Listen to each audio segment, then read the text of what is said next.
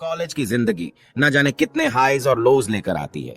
Marks, exams और भविष्य का दबाव, और फिर वो सब ऊपर से डिप्रेशन का भी साथ।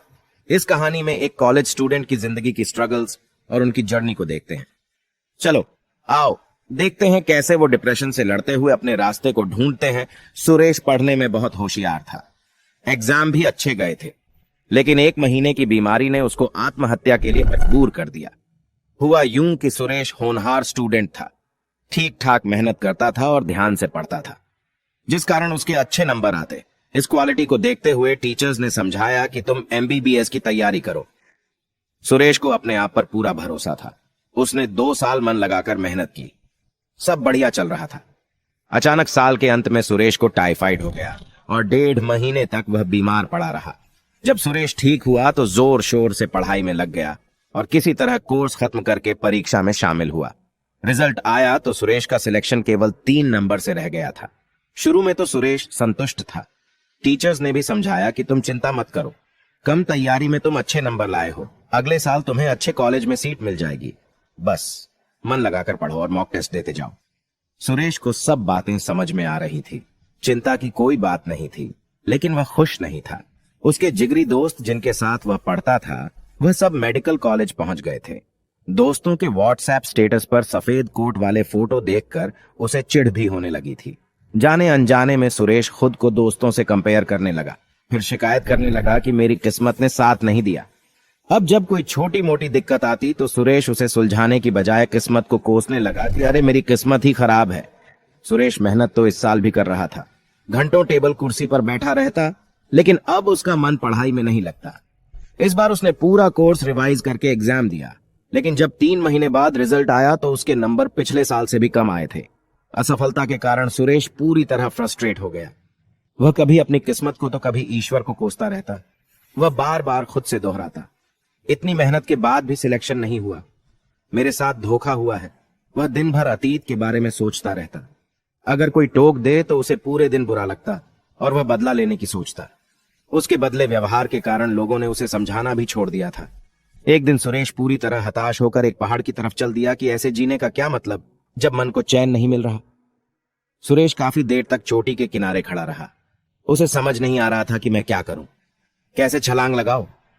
तभी पीछे से आवाज आई। पीछे से वह आवाज नहीं, आज्ञा थी। सुरेश के पैर अपने आप पीछे हट गए।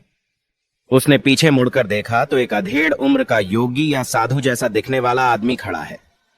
योगी तो एक नजर में ही सब कुछ समझ गया था। उसने पूछा, क्या हुआ तुम्हारे साथ जो तुम कूदने जा रहे थे? सुरेश ने सारी बात बता दी। आज पहली बार सुरेश ने अपने मन का दुख किसी के साथ बांटा तो उसे काफी हल्का महसूस हुआ। योगी ने सुरेश से कहा, यह बहुत छोटी समस्या है जिसे तुमने बड़ा बना लिया है। अगर तुम चाहो तो मैं इस परेशानी का आसान हल दे सकता हूं। सुरेश ने कहा, मुझे जल्दी बताइए, मुझे क्या करना होगा? मैं हर हाल में बुरी बातों और असफलता को भूलना चाहता हूं। योगी ने कहा, मेरी कुटिया पास में ही है, वहीं बैठकर बात करेंगे। कुटिया के आते ही योगी ने सुरेश को पेड़ के पास बैठाया और अपनी कुटिया के अंदर चले गए। थोड़ी देर बाद योगी बाहर आए। उनके हाथ में एक जलता हुआ दीपक था। उन्होंने सुरेश से बोला, हाथ आगे बढ़ाओ और इस दीपक को पकड़ो। योगी ने सुरेश से पूछा, इस दीपक का वजन कितना होगा? सुरेश ने कहा, कुछ खास वजन नहीं है इस दीपक में। योगी ने कहा, कुछ देर इस दीपक को यूं ही पकड़े रहो, बस अपने नजदीक मत लाना। कुछ देर में ही सुरेश के हाथ दुखने लगे। योगी ने फिर पूछा, अगर तुम इसी तरह दीपक को 1 घंटा पकड़े रहो तब क्या होगा? सुरेश बोला, ऐसा करने से हाथों में दर्द होने लगेगा। योगी ने कहा, और अगर दीपक को पूरा दिन पकड़े रहो तब क्या होगा? सुरेश ने कहा कि हाथ सुन्न पड़ जाएगा, मांसपेशियों में खिंचाव बढ़ जाएगा। योगी ने कहा, क्या इस दीपक के वजन में कोई अंतर आया है? सुरेश ने कहा, नहीं, दीपक का वजन तो पहले ही जितना है। योगी ने कहा, जैसे दीपक हल्का होने के बावजूद हाथ को चोट पहुंचा सकता है, वैसे ही छोटी मोटी बात, चिंता न करने वाली बात अगर दिन भर पकड़े रहोगे तो भी अपने आप को भयंकर कष्ट में डाल लोगे।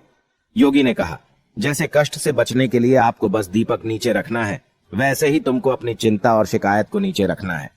तुम्हारी कहानी चिंता, तुलना, शिकायत से लेकर असफलता और फ्रस्ट्रेशन की है।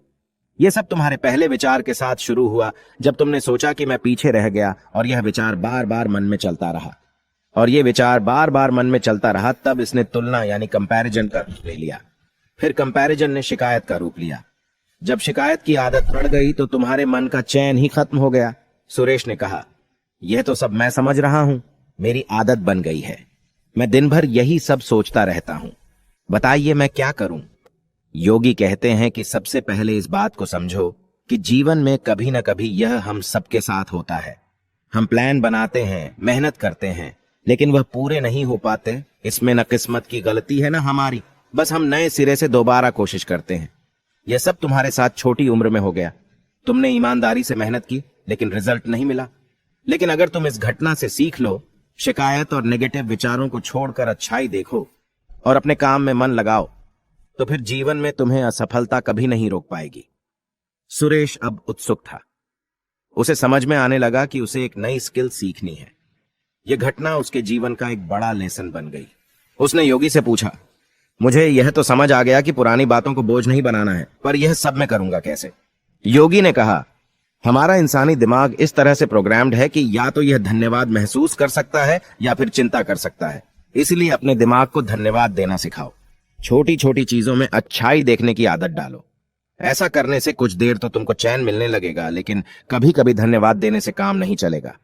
हर रात सोने से पहले तुम्हारा मन हल्का हो जाना चाहिए। आज के दिन की गलती और दुख कल परेशान नहीं करना चाहिए, तभी जीवन में प्रगति होती है। इसलिए सोने से पहले तुम्हारा मन हल्का होना बहुत जरूरी है। ऐसा करने के लिए हर शाम को वह सभी बातों को लिखना शुरू करो जिनके कारण तुम परेशान थे, और उसके लिए भी धन्यवाद लिख दो। फिर 2 लाइनें लिखो कि आज तुमने क्या अच्छा किया, और 2 लाइनें कल तुम क्या बेहतर कर सकते हो। बस ये 3 चीजें लिखो। इससे मन को सुकून मिलेगा। कल कुछ बेहतर करने की इच्छा होगी। ऐसा करो और चैन से सोने चले जाओ। इस नाइट रूटीन को अपने जीवन में प्राथमिकता दूं। ऐसा करने से तुम हमेशा हल्के मुस्कुराते बने रहोगे, हमेशा मन लगाकर काम करोगे, और कोई भी बड़ा हादसा या रुकावट तुम्हें परेशान नहीं कर पाएगी। सुरेश आज बहुत खुश था। उसे लगा कि मैं 2 साल फेल नहीं हुआ, बल्कि मुझे जीवन का अमूल्य लेसन मिला है। उसे लगने लगा, अब जो भी होगा, जो भी मुश्किल आएगी, मुझे आगे बढ़ाएगी और एक बेहतर इंसान बनाएगी। उसने अपने मन में नोट किया कि मुझे हर रात बस 3 बातें लिखनी है। आज के दिन की परेशानी के लिए धन्यवाद देना है। आज क्या अच्छा किया और कल एक के दिन की परेशानी के लिए धन्यवाद देना है। आज क्या अच्छा किया और कल एक चीज क्या अच्छी कर सकता हूं, और इन 3 बातों को अपने जीवन में अमल करना है। दोस्तों, अगर आपको यह वीडियो पसंद आया तो देखिए, हमारी यह वीडियो जो आपको हर काम में ध्यान कैसे ढूंढना है यह सिखा देगी, और हमसे जुड़ने के लिए सब्सक्राइब करिए। तब तक के लिए आपका दिल से आभार चाहता हूं।